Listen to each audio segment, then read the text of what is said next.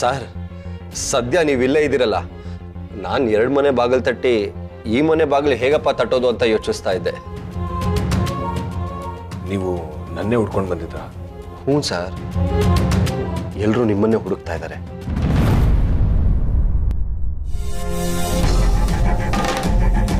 Police? Sir ನಿಮ್ಗೇನು ಬೇಕಿತ್ತು? Ram sir ಬೇಕಿತ್ತು.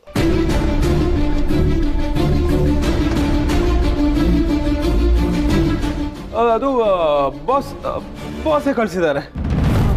ಬಾಸ್ ಕಳ್ಸಿದ್ರಾ? ಹಾಂ, ಕ್ರೇಜಿ ಅಲ್ಲ?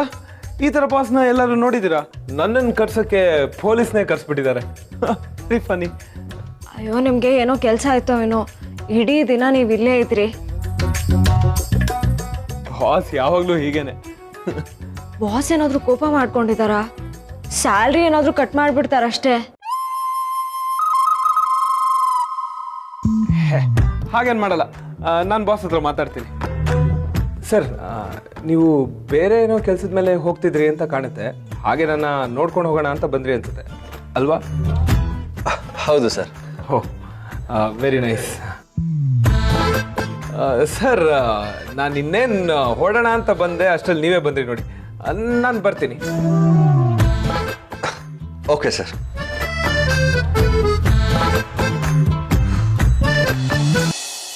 ನನ್ನ ಫ್ರೆಂಡ್ಗೂ ಹಾಗೆ ಹೇಳಿಬಿಡಿ, ನೀವು ರೆಸ್ಟ್ ತಗೊಳ್ಳಿ, ಟ್ಯಾಬ್ಲೆಟ್ಸ್ ಎಲ್ಲ ನೀಟಾಗಿ ಫಾಲೋ ಮಾಡಿ. ಓಕೆ? ಇದೇ ಫಸ್ಟ್ ಟೈಮ್ ಪೊಲೀಸ್ ಬರ್ತಾ ಇರೋದು ಮನೆಗೆ. ಒಂಥರ ಟೆನ್ಷನ್ ಆಗಿಬಿಟ್ಟಿತ್ತು. ಥೋರಿ, ನಾನೆಲ್ಲ ನೋಡ್ಕೋತೀನಿ. ರಾಮ್, ನೀವು ಬಂದಾಗಲೇ ಇದನ್ನು ಹೇಳಬೇಕು ಅಂದ್ಕೊಂಡೆ. ಸಿಹಿ ಇರ್ಲು, ಅದಕ್ಕೆ ನಾನು ಮಾತಾಡೋಕ್ಕಾಗಲಿಲ್ಲ. ದೇವಸ್ಥಾನದಲ್ಲಿ ನಾನು ಆ ಥರ ಮಾತಾಡಬಾರ್ದಿತ್ತು. ಐ ಆಮ್ ಸಾರಿ, ನನ್ನ ಕಡೆಯಿಂದ ತಪ್ಪಾಯಿತು. ಇನ್ಮೇಲೆ ಅಡ್ವಾನ್ಸ್ ಸ್ಯಾಲ್ರಿ ಬಗ್ಗೆ ನೀವು ಮಾತು ಆಡಬಾರ್ದು, ಟ್ರೈಯೂ ಮಾಡಬಾರ್ದು. ನಾನು ಹೇಗೋ ಮ್ಯಾನೇಜ್ ಮಾಡ್ಕೋತೀನಿ. ಯಾ, ಶ್ಯೂರ್. ಬಾಯ್.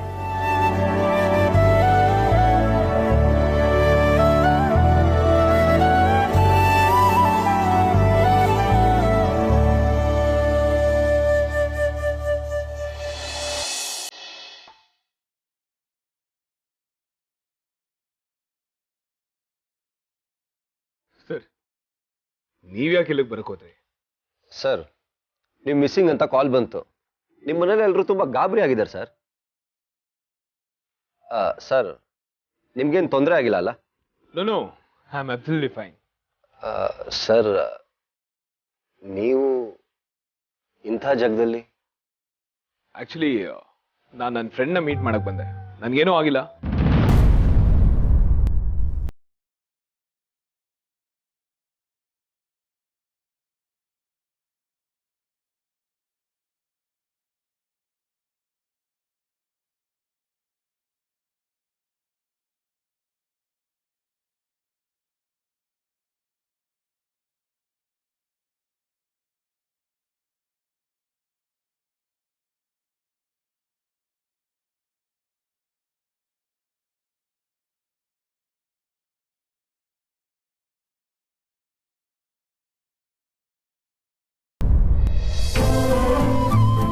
ಮಾವಯ್ಯ, ಮಾವಯ್ಯ.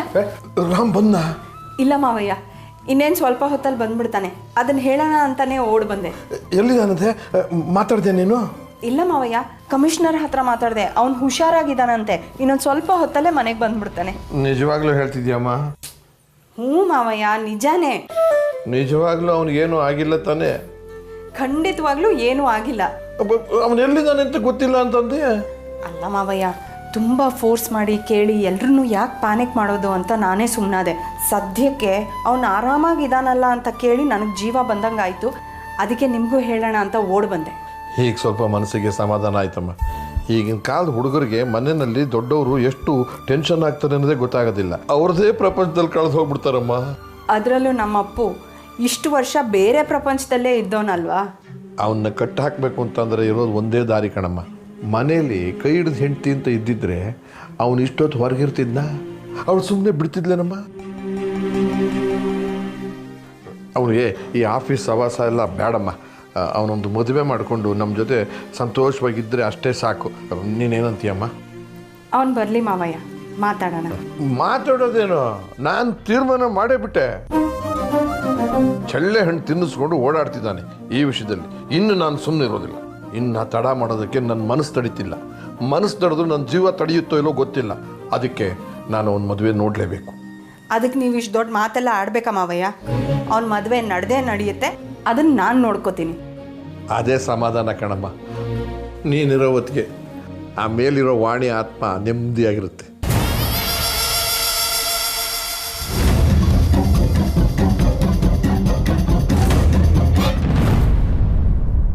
ಯಜಮಾನ್ರೆ, ಚಿಕ್ಕಯ್ಯ ಬಂದ್ರು. ಬನ್ನಿ ಚಿಕ್ಕಯ್ಯ, ಬನ್ನಿ. ಅಪ್ಪು,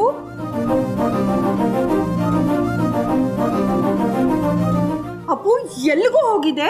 ಒಂದು ಫೋನ್ ಆದ್ರೂ ಮಾಡಬಾರ್ದಾಗಿತ್ತ? ರಾಮ ಅಲ್ಲ ಕಣ, ಯಾಕೋ ಎಷ್ಟೊಂದು ಗಾಬರಿ ಬೀಳಿಸ್ಬಿಟ್ಟೆ ನೀನು. ಯಾಕೆ ತಾತ, ಏನಾಯ್ತು? ಏನಾಯ್ತಾ? ಎಲ್ಲಿ ಹೋಗಿದ್ದೆ ಅಂತ ಗೊತ್ತಿಲ್ಲ, ಒಂದು ಫೋನ್ ಇಲ್ಲ. ಎಷ್ಟು ಟೆನ್ಷನ್ ಆಗಿದೆ ಗೊತ್ತಾ ನಮಗೆಲ್ಲ. ಮಾವಯ್ಯ ಅಂತೂ ನಿನಗೆ ಏನಾಗೋಯ್ತು ಅಂತ ತುಂಬಾ ಗಾಬರಿ ಆಗಿದ್ರು ರಾಮ್. ಅಯ್ಯೋ ತಾತ, ನನ್ಗೇನಾಗುತ್ತೆ? ಅದೆಲ್ಲ ಬಿಡು. ಇನ್ಮೇಲೆ ತಡ ಆಗೋದಾದ್ರೆ ಫೋನ್ ಮಾಡಿ ತಿಳಿಸ್ಬೇಕು. ಸರಿ, ಸಾರಿ ತಾತ. ಐ ಆಮ್ ರಿಯಲಿ ಸಾರಿ ಚಿಕ್ಕಿ. ಸ್ವಲ್ಪ ಆಫೀಸ್ ಕೆಲಸದಲ್ಲಿ ಬ್ಯುಸಿ ಆಗಿಬಿಟ್ಟಿದೆ. ಎಕ್ಸಾಕ್ಟ್ಲಿ, ನಾನು ಅದನ್ನೇ ಹೇಳಿದೆ ರಾಮ್. ನೀನು ಯಾವುದೋ ಮೀಟಿಂಗ್ ಹೋಗಿರ್ತೀಯ, ಬ್ಯುಸಿ ಆಗಿರ್ತೀಯ, ನಿನಗೇನು ಆಗಿರಲ್ಲ ಅಂತ. ಅದು ಕೇಳಬೇಕಲ್ಲ. ನಿಮ್ಮ ಚಿಕ್ಕಪ್ಪ ಬಿಡು, ಯಾವಾಗ ಮನೇಲಿ ಇರ್ತಾರೆ, ಯಾವಾಗ ಮನೆಯಿಂದ ಹೋಗ್ತಾರೆ ಯಾರಿಗೂ ಗೊತ್ತಾಗಲ್ಲ. ಸೊ ಅವ್ರ ಬಗ್ಗೆ ನಾವೇನು ತಲೆ ಕೆಡಿಸ್ಕೊಳ್ಳೋದಿಲ್ಲ. ಆದರೆ ನೀನು ಹೀಗೆ ಲೇಟ್ ಮಾಡಿದ್ಯಲ್ಲ, ನಮಗೆಲ್ಲ ಗಾಬರಿ ಆಗೋಯ್ತು ಅಷ್ಟೇ.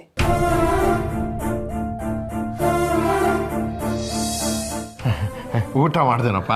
ಅದು ಎಲ್ಲಿ ಮಾವಯ್ಯ ಮಾಡಿರ್ತಾನೆ, ಬ್ಯುಸಿಯಾಗಿದ್ದ ಅಂತ ಹೇಳಿದ್ನಲ್ಲ. ನೀವೆಲ್ಲರೂ ಊಟ ಮಾಡಿದ್ರಾ? ನೀನಿಲ್ದೆ ನಾವೆಲ್ಲ ಯಾವತ್ತು ಊಟ ಮಾಡಿದೀವಪ್ಪು?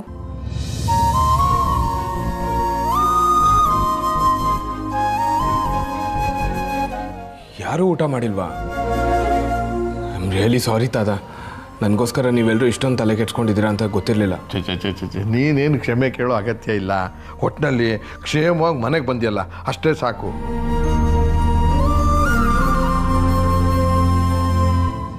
ನಾನು ಗಾಬರಿ ಆಗ್ತಾ ಇರಲಿಲ್ಲ. ನಂಗೆ ಗೊತ್ತು ನಮ್ಮ ಮೊಮ್ಮಗನಿಗೆ ಏನೂ ಆಗೋದಿಲ್ಲ ಅಂತ. ಆದ್ರೂ ಯಾಕೋ ಏನೋ ಹೇಳ್ಕೊಳಕ್ಕಾಗದೇ ಇರೋಂಥ ದಿಗಿಲು ಕಣೋ. ಎಲ್ಲೋ ದೂರದ ದೇಶದಲ್ಲಿದ್ದು ನಿನ್ನ ನೋಡದೆ ಇರೋದಕ್ಕಿಂತ ನೀನು ನಮ್ಮ ಕಣ್ಮುಂದೆಲ್ಲ ಇದ್ದೀಯಲ್ಲ ಅನ್ನೋದೇ ಒಂದು ದೊಡ್ಡ ವಿಷಯ ಕಣೋ. ಯಾವಾಗಲೂ ಬರೋ ಟೈಮಿಗೆ ಬರದೇ ಇರೋದು ನೋಡಿ ಸ್ವಲ್ಪ ಗಾಬರಿ ಆಯಿತು ಅಷ್ಟೆ.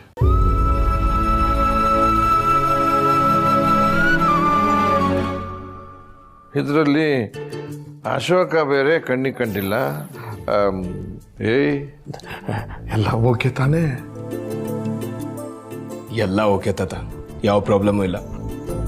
ನೀವೆಲ್ಲರೂ ಇಷ್ಟೊಂದು ಪ್ರೀತಿ ಕಾಳಜಿ ತೋರಿಸ್ತಿರೋದು ನೋಡಿದ್ರೆ ಅದಕ್ಕೆ ನಾನು ಹೇಗೆ ರಿಯಾಕ್ಟ್ ಮಾಡಬೇಕು ಅಂತಲೇ ಗೊತ್ತಾಗ್ತಿಲ್ಲ. I think I am the most luckiest person on this earth. ಊಟ ಮಾಡು, ಊಟ ಮಾಡು. ತಾತ ನೀವು? ಇಲ್ಲಪ್ಪ, ತಡ ಆದಮೇಲೆ ಊಟ ಮಾಡಿದ್ರೆ ಜೀರ್ಣ ಆಗೋದಿಲ್ಲ. ಅದಕ್ಕೆ ಒಂದು ಲೋಟ ಹಾಲು ಕುಡಿದು ಮಲ್ಕೋತೀನಿ, ಆಯಾಸ ಆಗಿದೆ. ಸರಿ ತಾತ, ಗುಡ್ ನೈಟ್.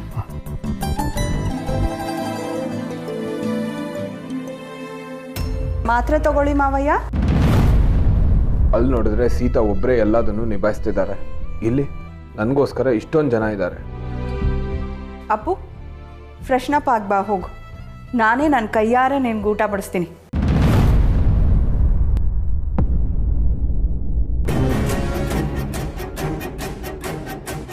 ಇವಳು ಊಟ ಬಡಿಸ್ತಾಳ? ಆಮಂಗೆ ನೀನು ನಿನ್ನ ಕೈಯಾರೆ ಊಟ ಬಡಿಸು.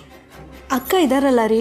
ಅದಕ್ಕೆ ಹೇಳ್ತಾ ಇರೋದು, ನೀನು ಬಡಿಸ್ಬೇಕು. ಹೋಗು ಹೋಗು ಹೋಗು. ಹ್ಞೂ. ಅಪ್ಪು, ಎಲ್ಲೋ ಕಳೆದು ಹೋಗಿದ್ಯಾ? ಹೋಗು, ಫ್ರೆಶ್ನಪ್ ಆಗ್ಬಾ, ಬಡಿಸ್ತೀನಿ. ಸರಿ ಚಿಕ್ಕಿ. ಅಪ್ಪು, ಇಡೀ ದಿನ ಎಲ್ಲಿಗೆ ಹೋಗಿದ್ದೆ? ತುಂಬ ಬ್ಯುಸಿ ಇದ್ದ? ಆಫೀಸಲ್ಲಿ ಇರಲಿಲ್ವಂತೆ?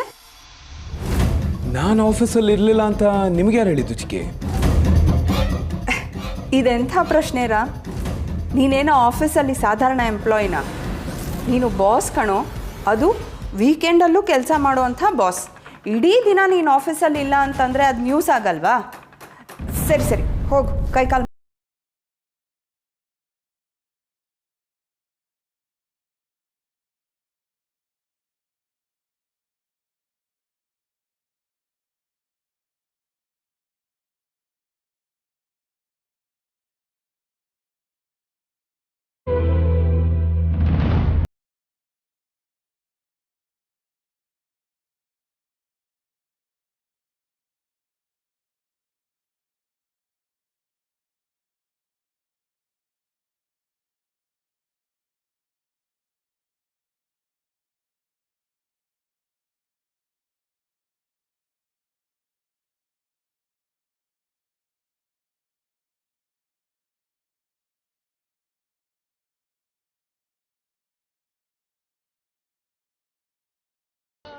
ಇವತ್ತು ರೆಸ್ಟ್ ಡೇನಾ ನಿಮಗೆ? ಆಫೀಸ್ಗೆ ರಜಾ ಅಂತ ಹೇಳಲೇ ಇಲ್ಲ. ಮಾತಾಡಪ್ಪ ಅಶೋಕ ಚಕ್ರವರ್ತಿ.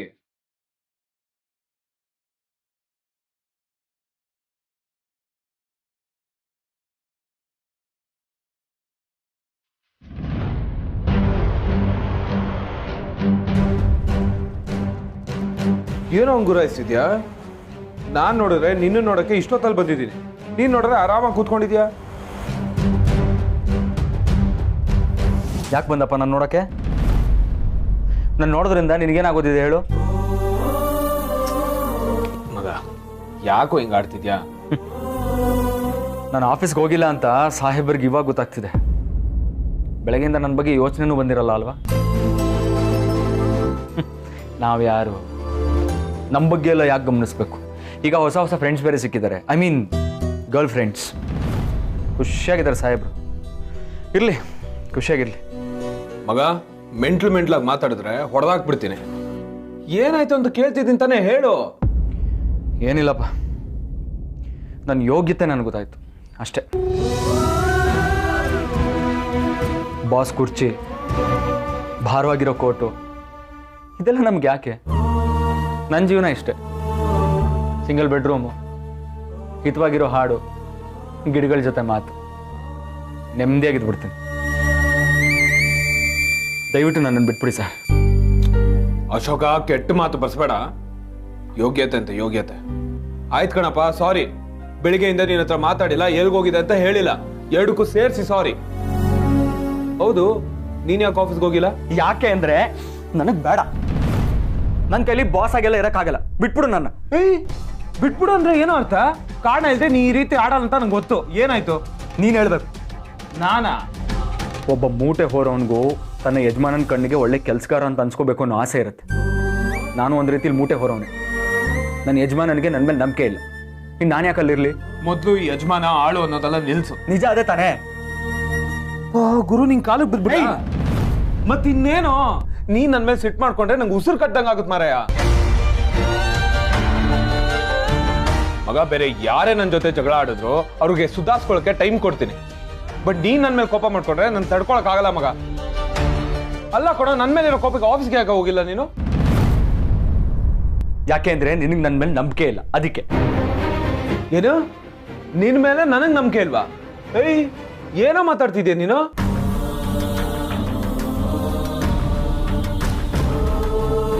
ಮಗ, ನನಗೆ ನನ್ನ ಮೇಲಿರೋ ನಂಬಿಕೆಗಿಂತ ನಿನ್ ಮೇಲೆ ನಂಬಿಕೆ ಜಾಸ್ತಿ ಕಣೋ. ಒಂದ್ ಮಟ್ಟಕ್ಕೆ ನೆಮ್ಮದಿಯಾಗಿದ್ದೀನಿ ಅಂದ್ರೆ ಅದಕ್ಕೆ ನೀನೇ ಕಾರಣ ಕಣೋ. ನೀನೇ ಹೀಗೆ ಮಾತಾಡಿದ್ರೆ ಹೇಗೋ? ಫೈನ್, ನನ್ನಿಂದ ತಪ್ಪಾಗಿದೆ. ಐ ಆಮ್ ಎಕ್ಸ್ಟ್ರೀಮ್ಲಿ ಸಾರಿ.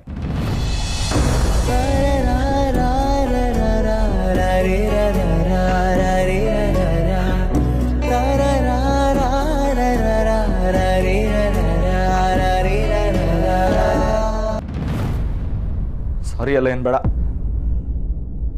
ಏನೋ ಅಷ್ಟೊಂದು ಕೋಪ ನಿನ್ಗೆ? ಮಾತಾಡದೆ ಇದ್ಬಿಟ್ರೆ ಅದೊಂಥರ ಕಣೋ. ಮಾತಾಡಿ ನಮ್ಮ ಮಾತು ಯಾರು ಕೇಳದೆ ಇದ್ದಾಗ್ಲೇ. ಮಗ, ನಾನು ನಿನ್ನ ಮಾತು ಕೇಳಿಲ್ವಾ? ಅದೆಲ್ಲ ಬಿಡು. ಎಲ್ಲಿದೆ ನೀನು? ಯಾವಾಗ ಎಲ್ಲಿಡ್ತೀಯ, ಎಲ್ಲಿ ಹೋಗ್ತೀಯಾ, ಒಂದೂ ಹೇಳಲ್ಲ. ಇಷ್ಟೊತ್ತು ಸೀತಾಮಲ್ಲಿದ್ದೆ ತಾನೇ ನೀನು? ಇದನ್ನೇ ಆವಾಗ್ಲಿಂದ ಹೇಳ್ತೀಯ ಅಂತ ಕಾಯ್ತಿದ್ದೀನಿ. ನೀನು ಚಿಕ್ಕಿ ಕಾಲ್ ಮಾಡಿದ್ರು, ನಾನು ರಾಮ ಎಲ್ಲಿ ಅಂತ. ನೀನು ಸೀತಾ ಮನೇಲಿದ್ಯಾ ಅಂತ ನಾನು ಅವ್ರಿಗೆ ಹೇಗೋ ಹೇಳಿ, ನನ್ನ ಜೊತೆ ಇದೆಯಾ ಅಂತ ಸುಳ್ಳು ಹೇಳಿದೆ. ಆಫೀಸಲ್ಲಿ ಬೇರೆ ನಾನೇ ಬಾಸ್ ಅಂತ ಸುಳ್ಳು ಹೇಳ್ಕೊಂಡು ಓಡಾಡ್ತಾ ಇದ್ದೀನಿ, ಮನೇಲಿ ನೋಡಿದ್ರೆ ಈ ಥರದ ಸುಳ್ಳು. ಸಾಕಾಗಿದೆ ಕಣೋ ನನಗೆ. ಇನ್ನು ಎಷ್ಟು ದಿನ ಅಂತ ಈ ರೀತಿ ಸುಳ್ಳು ಹೇಳ್ಕೊಂಡು ಓಡಾಡ್ಲಿ ಅಂತ ಗೊತ್ತಾಗ್ತಿಲ್ಲ. ಎಲ್ಲ ಸ್ವಲ್ಪ ದಿನ ಅಷ್ಟೇ ಅಂತ ನಿಂಗೂ ಗೊತ್ತಲ್ವಾ ಮಗ. ಈ ರೀತಿ ನೀನ್ ಕೋಪ ಮಾಡ್ಕೊಂಡ್ರೆ ಸಿಂಪಲ್ ಆಗಿರೋ ನನ್ನ ಲೈಫು ಕಾಂಪ್ಲಿಕೇಟ್ ಆಗೋಗ್ಬಿಡುತ್ತೆ ನೋಡು. ನಿನ್ ಲೈಫ್ ಸಿಂಪಲ್ಲಾ? ಹ್ಞೂ ಮಾರಾಯ, ನನ್ನ ಲೈಫ್ ತುಂಬಾನೇ ಸಿಂಪಲ್. ನನ್ನ ತಾತ, ನನ್ನ ಚಿಕ್ಕಿ, ನನ್ನ ಫ್ಯಾಮಿಲಿ, ಅಷ್ಟೇ ನನ್ನ ಲೈಫು. ಅದರಲ್ಲೂ ನಾನಿಲ್ಲ ನೋಡು. ನಾನು ನೀನು ಬೇರೆ ಏನೋ, ನಿನ್ನ ಸಪ್ರೇಟ್ ಆಗಿ ಹೇಳಕ್ಕೆ. ನನ್ನ ಫ್ಯಾಮಿಲಿ ಅಂದ್ಮೇಲೆ ಅದ್ರಲ್ಲಿ ನೀನು ಆಟೋಮೆಟಿಕ್ ಆಗಿ ಇನ್ಕ್ಲೂಡ್ ಆಗಿರ್ತೀಯ. ನನಗೂ ಅವ್ರ ಚಿಕ್ಕಿ ಅಂದ್ಮೇಲೆ ನಿನಗೂ ಅವ್ರ ಚಿಕ್ಕಿನೇ. Such a great friend. ನಿನ್ ಬೆಸ್ಟ್ ಫ್ರೆಂಡ್ ಸಿಂಹಾಸನಕ್ಕೆ ಕಣ್ಣು ಹಾಕ್ತಿದ್ಯಾ? ಮಗ, ನಾವಿಬ್ರು ಒಂದೇ ಕಣೋ. ಚಪ್ಪಲಿನ ಎಲ್ಲಿಡ್ಬೇಕೋ ಅಲ್ಲೇ ಇಡ್ಬೇಕು. ಈ ವಿಷಯ ನಮ್ಮ ರಾಮನ ಗೊತ್ತಿಲ್ಲ. ಗೋಲ್ಡ್ ಮೆಡಲಿಸ್ಟ್ ಸರ್, ನನ್ನ ಮೇಲೆ ಇನ್ನೂ ಕೋಪನಾ? ನಿನ್ ಮೇಲೆ ಮಾತ್ರ ಅಲ್ಲ ಕಣ, ನನ್ನ ಮೇಲೂ ಕೂಡ. ಮಗ, ಅದೆಲ್ಲ ಊಫಿ. ನಾಳೆ ನೀನು ಆಫೀಸ್ ಬರ್ತಾ ಇದೆಯಾ, ಓಕೆನಾ? ಓಕೆ ಅಷ್ಟೇ.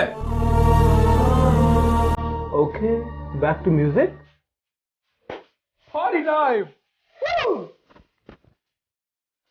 ಮತ್ತೆ ಪ್ರಿಯಾ ಮೇಡಮ್ ಹೆಂಗಿದ್ದಾರೆ? ನಾಚಿಕೆ ನೋಡು ಕಳ್ಳ. Okay, dance dance dance.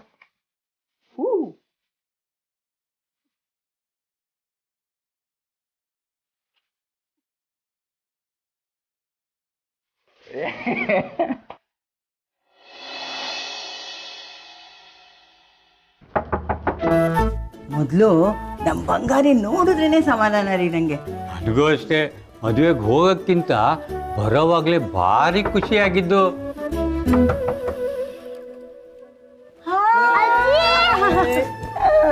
ಚಿನ್ನ ಅಜ್ಜಿ, ಇಷ್ಟು ಬೇಗ ಬಂದ್ಬಿಟ್ರಾ? ನೀನು ನೋಡಕ್ಕೆ ಅಂತ ಓಡ್ ಬಂದ್ಬಿಟ್ವಿ. ಹೇಗಿದ್ಯಾ ನೀನು? ಚೆನ್ನಾಗಿದ್ದೇನೆ. ಅಮ್ಮಂಗೇನು ತೊಂದರೆ ಕೊಟ್ಟಿಲ್ಲ ತಾನೇ? ಹೇ, ನಮ್ಮ ಬಂಗಾರಿ ಹಾಗೆಲ್ಲ ತೊಂದರೆ ಕೊಡಲ್ಲ ಅಲ್ವಾ ಪುಟ್ಟಿ? ನಿಮ್ಮ ಮೊಮ್ಮಗಳನ್ನ ನಾನ್ ನೋಡ್ಕೊಂಡಿಲ್ಲಮ್ಮ, ಅವಳೇ ನನ್ನ ನೋಡ್ಕೊಂಡಿದ್ದು. ಹೌದೇನೆ ಬಂಗಾರಿ? ಸರಿ ಸೀತಾ, ಆಫೀಸ್ ಕೆಲಸ ನೋಡ್ಕೊಂಡು ಮನೆ ಕೆಲಸ ಮಾಡ್ಕೊಂಡು ನಿನಗೆ ಕಷ್ಟ ಆಗಿಲ್ವಾ ಸೀತಾ? ಹಾಗೇನಿಲ್ಲ ಅಮ್ಮ. ಅಜ್ಜಿ, ಸೀತಮ್ಮನ್ಗೆ ಜ್ವರ ಬಂದಿತ್ತು. ಹೌದಾ? ಅಮ್ಮ, ಇವಳು ಗಾಬರಿ ಪಟ್ಕೊಳ್ಳೋ ತರ ಹೇಳ್ತಿದ್ದಾಳೆ. ಆ ತರ ಏನೂ ಆಗಿಲ್ಲ. ಸೀತಾ, ಜ್ವರದಲ್ಲೇ ಎಲ್ಲ ಮಾಡ್ಕೊಂಡ್ಯಾ? ಇಲ್ಲ ಅಮ್ಮ, ರಾಮ್ ಬಂದಿದ್ರು, ಅವರು ಸಿಹಿನ ನೋಡ್ಕೊಂಡ್ರು. ನಾನು ಆರಾಮಾಗಿ ರೆಸ್ಟ್ ಮಾಡಿದೆ. ಹೇಳಿದಿದ್ರೆ ಇವ್ರನ್ನ ಮಾತ್ರ ಕಳಿಸಿ ನಾನು ಇರ್ತಾ ಇದ್ನಾ? ಪರವಾಗಿಲ್ಲ ಅಮ್ಮ. ಪುಟ್ಟಿ ನೋಡು, ನಾನು ನಿನ್ಗೆ ಏನೇನು ತಂದಿದ್ದೀನಿ ಅಂತ. ಅದು ನಾನು ತಂದಿರೋದು. ದುಡ್ಡು ಯಾರ್ದು? ಆ ದುಡ್ಡು ನಂದೆ. ಸಿಹಿ ನೋಡ, ನಿಂಗೋಸ್ಕರ ಏನೇನು ತಂದಿದ್ದೀನಿ ಅಂತ. ಬಳೆ, ಸರ.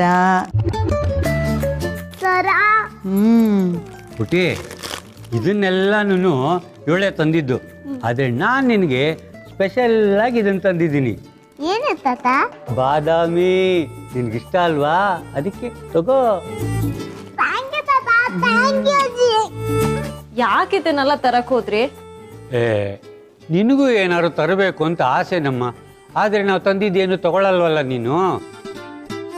ಆದರೂ ದೇವಸ್ಥಾನಕ್ಕೆ ಹೋಗಿದ್ವಿ, ಪ್ರಸಾದ ತಂದಿದ್ದೀವಿ. ಆಮೇಲೆ ನೀನು ಪ್ರಸಾದ ತಗೊಳ್ಳಮ್ಮ. ಥ್ಯಾಂಕ್ ಯು ಅಪ್ಪ. ಹಾಕ್ಲಾ ಸರ? ಹಾಕ್ಲಾ? ಸೀತಾ, ಸೀತಾ, ಸೀತಾ, ಎಲ್ಲೇ ಇದೆಯೇ? ಸೀತಾ, ನಾನು ಕರೆದಿದ್ದು ಕೇಳಿಸ್ತಿದ್ಯಾ? ಸೀತಾ. ಅದ್ಕೆ? ಓಹೋ, ಪರವಾಗಿಲ್ವೇ, ಮಾತು ಬರ್ತಿದೆ. ನಾನೇನು ಮಾತಾಡೋಕ್ಕೂ ಆಗದೆ ಹೇಳೋಕ್ಕೂ ಆಗದೆ ಒದ್ದಾಡ್ತಿದ್ಯಾ ಅಂತ ಎಷ್ಟು ಗಾಬರಿ ಆಗೋಗಿತ್ತು ಗೊತ್ತಾ? ನಂಗೇನಾಯ್ತು ಅದಕ್ಕೆ? ಏನಾಯ್ತು ಅಂತ ನಾನು ನಿನ್ನನ್ನು ಕೇಳ್ಬೇಕು ತಾಯಿ. ಏನಾಯ್ತು ನಿನ್ಗೆ? ಎಲ್ಲಾನು ನಾವೇ ಬಂದು ತಿಳ್ಕೋಬೇಕು ಅಲ್ವಾ? ನಾವಿದೀವಿ ಅನ್ನೋದನ್ನ ಪದೇ ಪದೇ ಬಂದು ಜ್ಞಾಪಿಸ್ತಾ ಇರಬೇಕು. ನಿನಗೇನಾಗಿದೆ ಅಂತ ಮೂರನೇವರಿಂದ ಕೇಳಿ ತಿಳ್ಕೋಬೇಕು ಅಲ್ವಾ? ಅದಕ್ಕೆ ನನ್ಗೇನೂ ಆಗಿಲ್ಲ. ಓಹೋ, ನಿನಗೇನು ಆಗದೇನೆ ಆ ಲಾಯರಪ್ಪ ಅಷ್ಟೊಂದು ಟೆನ್ಷನ್ ಮಾಡ್ಕೊಂಡಿದ್ದಾನೆ ಅಲ್ವಾ? ಲಾಯರಾ?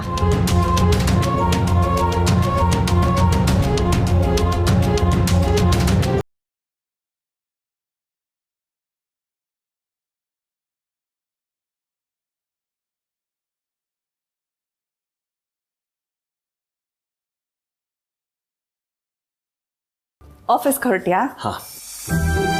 All the best. ಅಪ್ಪು, ಆಫೀಸಲ್ಲೆಲ್ಲ ಓಕೆನಾ? ಯಾಚಿಕೆ ಯಾಕೆ ಹೀಗೆ ಕೇಳ್ತಾ ಇದ್ದೀರಾ? ಇಲ್ಲ, ನೆನ್ನೆ ಆಂಬ್ಯುಲೆನ್ಸ್ ಕರೆಸಿದ್ಯಲ್ಲ, ಯಾರಿಗೆ? ಅದು ಆ್ಯಕ್ಚುಲಿ ಯಾರಿಗಪ್ಪು? ನೆನ್ನೆ ಒಂದು ಕ್ಲೈಂಟ್ ಮೀಟಿಂಗ್ ಇತ್ತು ಚಿಕ್ಕಿ. ಅಲ್ಲಿ ಯಾರಿಗೋ ಒಬ್ರಿಗೆ ವೀಸಿಂಗ್ ಪ್ರಾಬ್ಲಮ್ ಆಯಿತು, ಎಮರ್ಜೆನ್ಸಿ ಅಂತ ಆಂಬ್ಯುಲೆನ್ಸ್ ಕಾಲ್ ಮಾಡಿದೆ ಅಷ್ಟೆ. ಓ, ಸರಿ ಹೋಯ್ತಾ ವೀಸಿ? ಯಾ ಚಿಕ್ಕಿ, ಈಸ್ ಫೈನ್. ಚಿಕ್ಕಿ, ಆಫೀಸ್ ಲೇಟ್ ಆಯಿತು, go to go. Bye. Bye.